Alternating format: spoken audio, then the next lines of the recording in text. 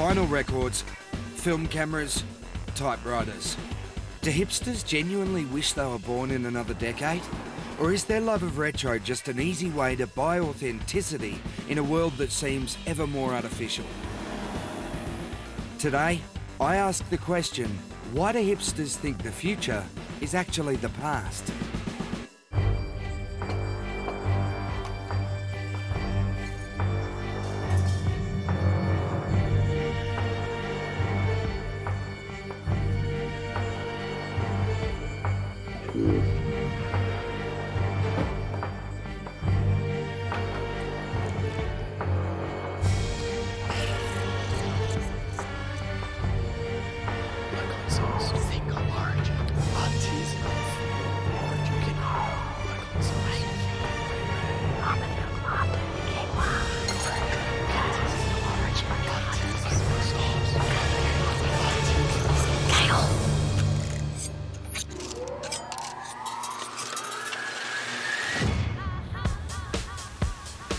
So I googled that Simon Reynolds guy who's been randomly Skyping me, and it turns out he is a complete brainiac.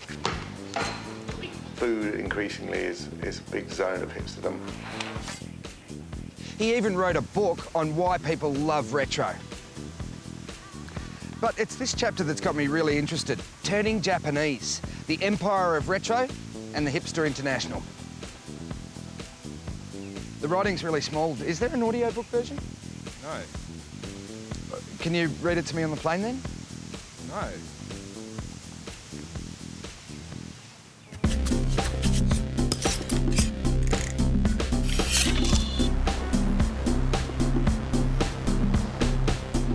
Tokyo, Japan, the city where the ancient and modern collide.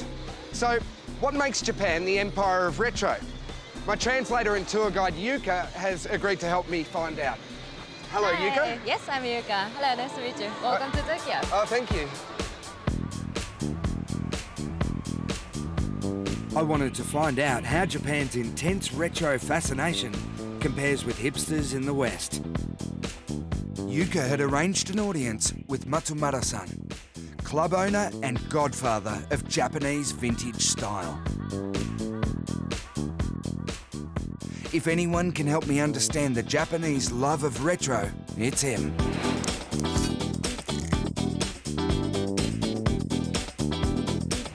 I've noticed that the Japanese people seem very committed to their style choices. Each person has a really narrow niche. Loving one single thing. Yeah. Japanese people want to transform themselves into something.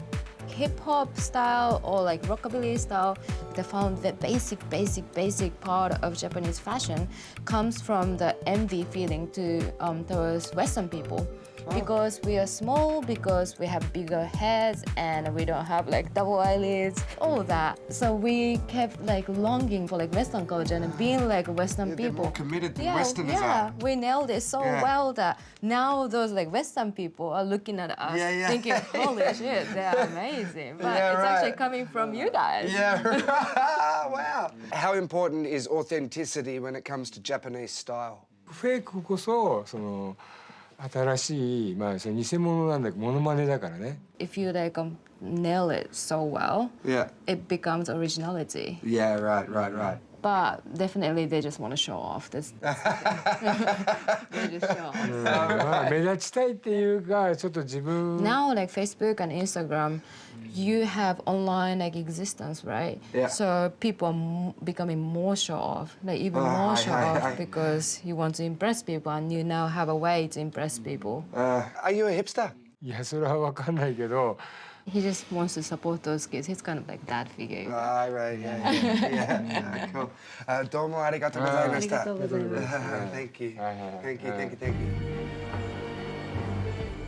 Back on the streets, I started to notice all the different style niches in play. The Japanese sure know how to put an outfit together.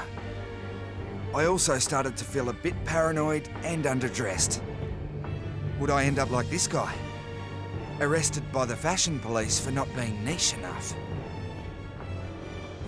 I needed to find a new style, and fast.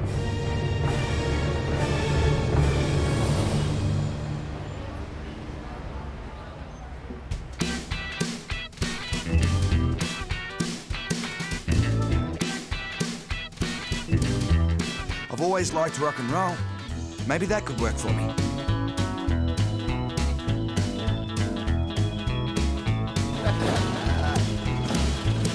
Tomo! Hi. はじめまして。はじめまして私はサムです。サム、 Yeah. ともなぎです。Nice to meet you. Nice to meet you. Yeah.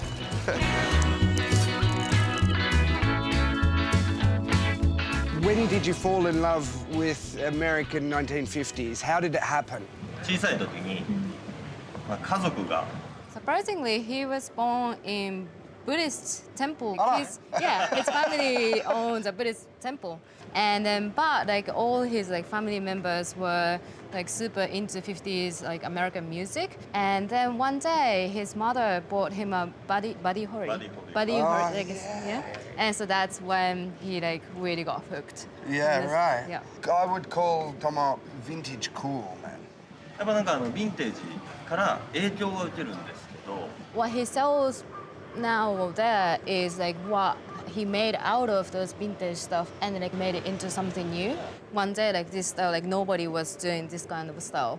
But like next day, like somebody's like so into it all of a sudden, and that becomes kind of like semi-mainstream. Yeah. And that's the power of Harajuku, even if something that's really niche and like alternative stuff can be like super mainstream in like tomorrow because Yeah, right. So it happens because- quickly. Yeah, like he's doing this because he likes it. Yeah. Will you have this style for the rest of your life? 多分一生ポマードを続けて、この髪型が変わらないと。 One thing that will never change is this like hairstyle.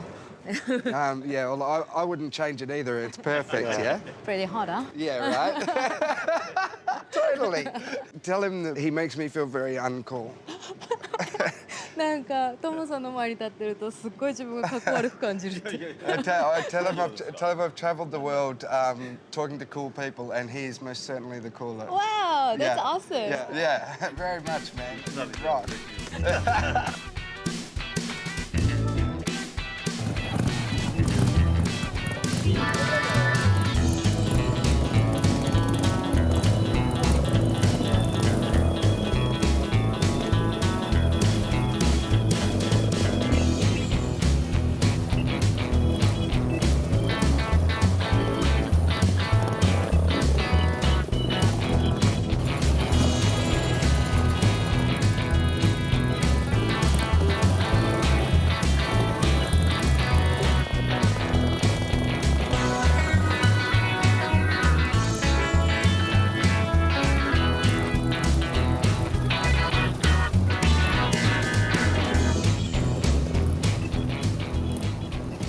As well as 50s rock and roll, another major influence on Japanese street fashion is also a particularly American contribution to popular culture: hip-hop.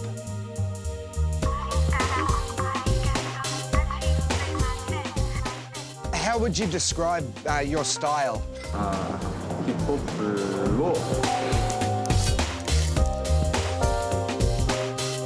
It's a hip hop, but it's not just like original hip hop. He adds like his personal taste and that, and like make it very current and modern and like his way. Why do you love hip-hop? これといって何言ってんのないですけど So first, like he listened to lot of hip hop music and he watched lot of movies. Okay, are these his b-boys? 彼らの友達、彼は友達？はい How would you describe your style? ザ俺 Me. Yeah, right, yeah. Can I see your rings? Man, Wow. is it expensive to be so cool? もちろん Yeah, of course it's expensive. Yeah. As long as you're cool, Yeah. like everything is alright in hip hop culture. So how does the mainstream treat them? かっこいいとは思われないですよね If those like mainstream people started thinking that they're cool, they're not cool anymore. Yeah. Do people follow your trends? だらけですね本当。はい Wow. 困っちゃいますね They've got so many fans, it's just out of control. Yeah. Does it help with the ladies? まあ女の子のためですからねあ、本当もちろん Ah, it's all for girls. Can you pimp me up? あ、OK. なんかドレスアップしてもらってもいいですか？ Oh, yeah, totally. Can I try Okay, okay. That looks ridiculous.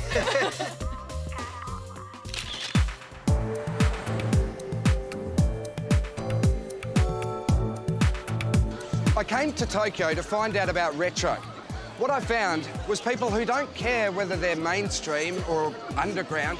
They care about doing the one thing that they love. And they're certainly not too ashamed to admit it.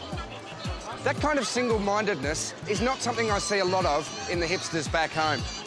Are we perhaps too self-aware to commit?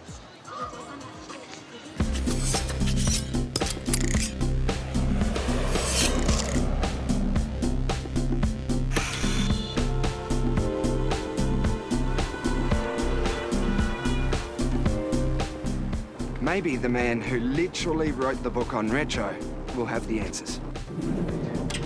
Hi, Simon, finally. Hello, Sam. Can't wait to chat face to face.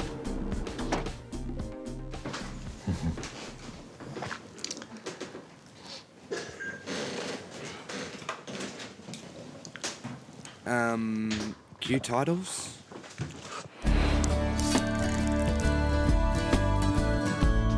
I've just been in Japan. I met people who demonstrate authenticity by showing a complete commitment to their style.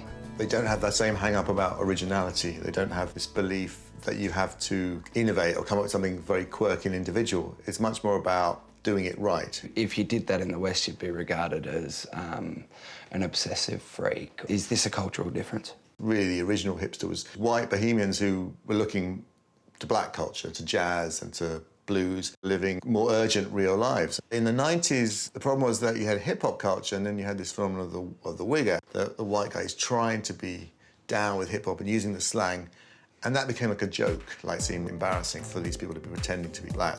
So the hipster became much more about retro and about, you know, in some ways looking to sort of working class culture or old white culture, you know, sort of redneck kind of things. Drinking beers that were like blue-collar beers, like Pabst Blue Ribbon. So that's why hipsterism became much more vintage-oriented, much more looking back through history. How does retro manifest in a musical sense?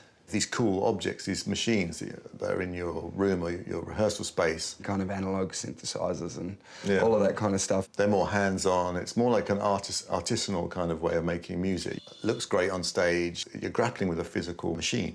It's part of that whole culture of the revival of crafts and people doing things the slow way and the difficult way. We live in a digital culture, but this is about going back to a manual, engaging your whole body in making things. Would you say there's a defining musical style for the hipster generation?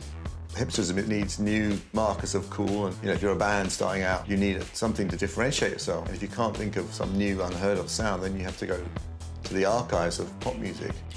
Why it's escalated in the last 10, 12 years is the internet really has kind of put all this music up here. Now you can become an expert on something incredibly quickly. Obstacles of cost and time and physically going to record stores, and you can cut all that out. They're covering the whole of history and the whole of the globe, looking for things that no one else has rediscovered.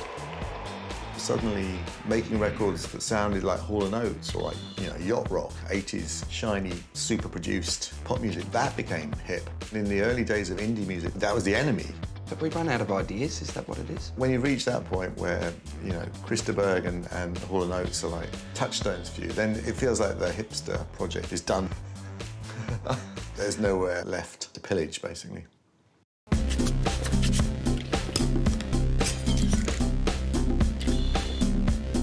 Thinking about what Simon said, it occurred to me that even the names of hipster bands seem to be yearning for the past, or the pastoral.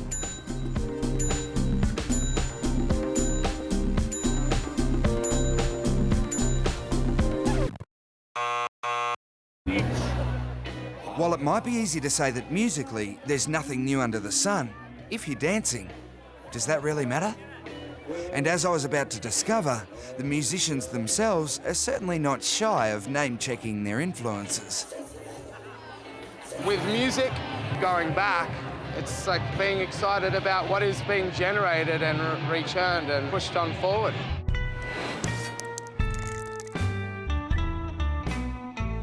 You know, I see a resurgence of like old folk and blues because We were growing up on Nirvana and, you know, grunge, and we wanted to find out who influenced that. And then you find Neil Young, and you find, you know, Dylan, and you find, you know, before that, Howlin' Wolf, and you find, you know, all of these people you keep decking back. And you find the more you go, the more honest it feels like it was, you know, because there wasn't a scene, it wasn't questioned. It wasn't questioned whether it was something to be, you know, what was fucking hot.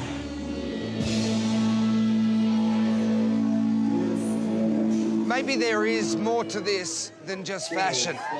Things like irony and retro, they could be an escape route from a world where bad things happen. S11, the GFC, Gaza, Christopher Pine. And why wouldn't hipsters yearn for a simpler time? A time of craft, folk music, artisanal food, a time of the beard. But electronic music has always held a place in the hipster playlist. Because, let's face it, they've never been backwards about, well, being backwards.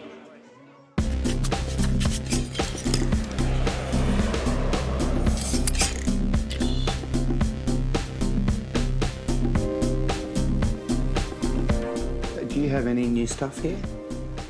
New things?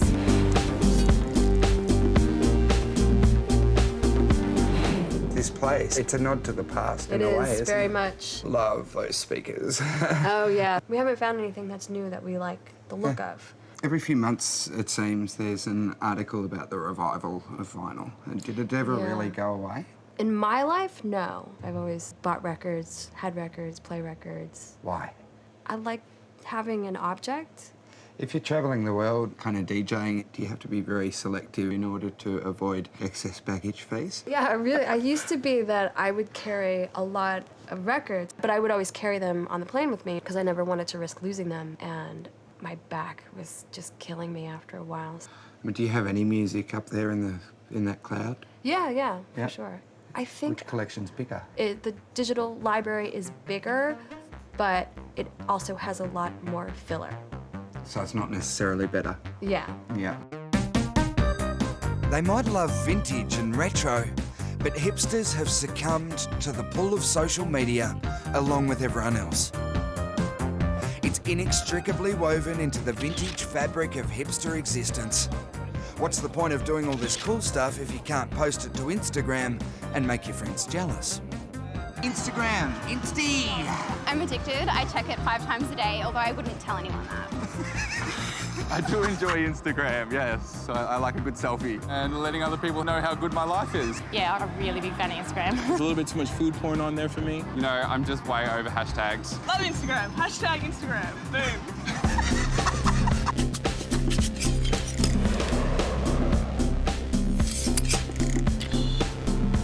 I've come to London to meet Baroness Susan Greenfield, who, as well as being an actual baroness, just happens to be a scientist and academic who specialises in the physiology of the brain and the impact of 21st century technology on the mind. I don't know how to refer to you. Do I call you Baroness? Oh, don't be silly. It sounds like something out of Alice in Wonderland. Like it. It sounds like the Red Queen or something. No. So Susan's fine? Yeah, of course. So I don't have to curtsy. Well, you can if you wish. Well, I'd like to. It's nice I'd to meet impress my you. mum, if nothing else.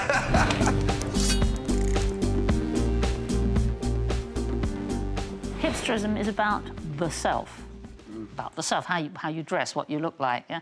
Well, we all know about selfies, you know, and how that's been. You know how children, because they have no choice, look at me, Daddy, you know, I've just been to this, and then I did this, and my favourite colour, and I like doing this, and my hamster's called Boo Boo, you know, whatever. But, you know, a child can only talk about themselves. Well, they can't comment on world affairs. What I fear is that's what the digital people are doing. They're almost stayed in this infantilized state. I think I have an affliction. I can't stop checking my Facebook page. Have I got a bad case of FOMO?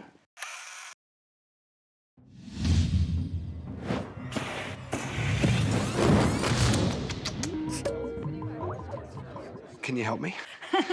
Well, I'd recommend you read my book because there's 3 chapters devoted to this very issue. Really? The whole point is, as a neuroscientist, is exploring what is it that Facebook gives you that a conversation like this doesn't give you. It's a slight uncertainty of not quite knowing what's coming, yeah?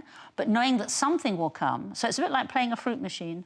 You know, there'll be an instant response of some sort, but it's never quite enough. So you want to carry on playing the game, checking again, because it's a tiny little bit of reinforcement that doesn't quite satisfy.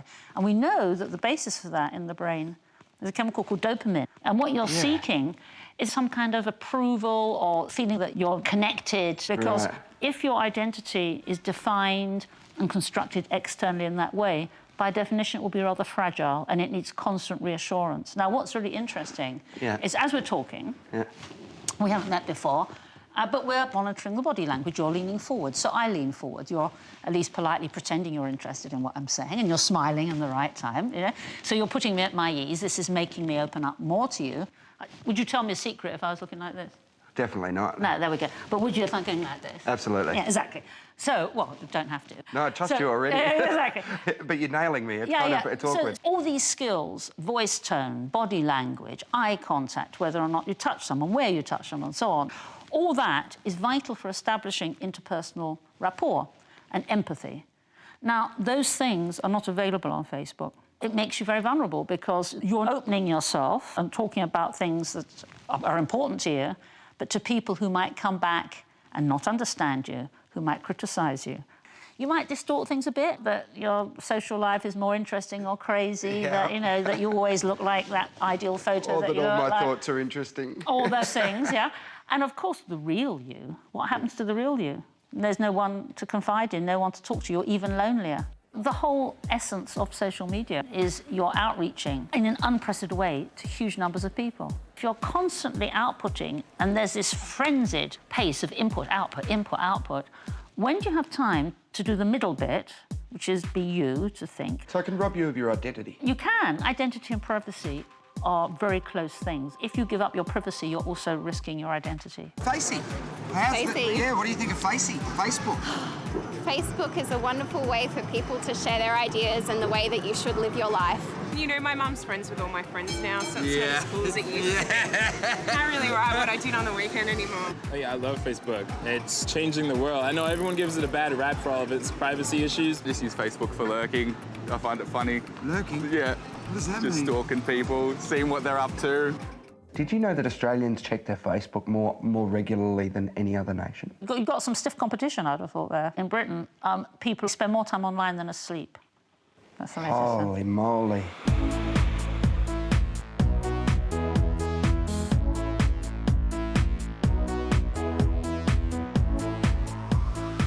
Have you heard of the expression JOMO?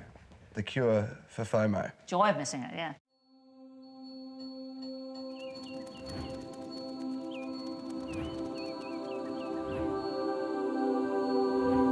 If I find my JOMO, I might rediscover my mojo. Right, exactly, you need the mojo JOMO. What would happen if you just committed Facebook suicide? You're making me want to walk away from it now before it does any further damage. Yeah, so what would happen? Be able to focus on this 3D stuff. Yeah, it's called the real world, yeah. Yeah. Do I need to go to digital detox camp? There was this wonderful experiment involving a kind of digital detox where they took pre-teens, and I know you don't probably qualify quite in that age group. And they, maybe mentally. And it was a 5-day experiment, and they took away all their digital devices and they went on a camp. And they tested their interpersonal skills before, and then afterwards they'd been hugely changed and improved. The fact that within 5 days there can be measurable changes in how people are behaving shows you just how adaptable the human brain is. I've been accused of saying computers rewire the brain. I said, well, living does that. Every moment you're alive does that. What shape do you want it to take? What do you want the pattern to look like? Oh, wow.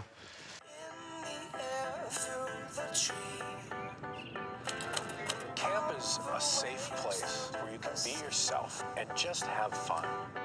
It's a digital detox. No cell phones, no computers, Oh, it sounds great. It's a pity it only happens once a year. Still, I think I'm achieving the same effect by sitting here and watching it on YouTube. Guys, please. I can't digital detox with the camera right in my... Piss off.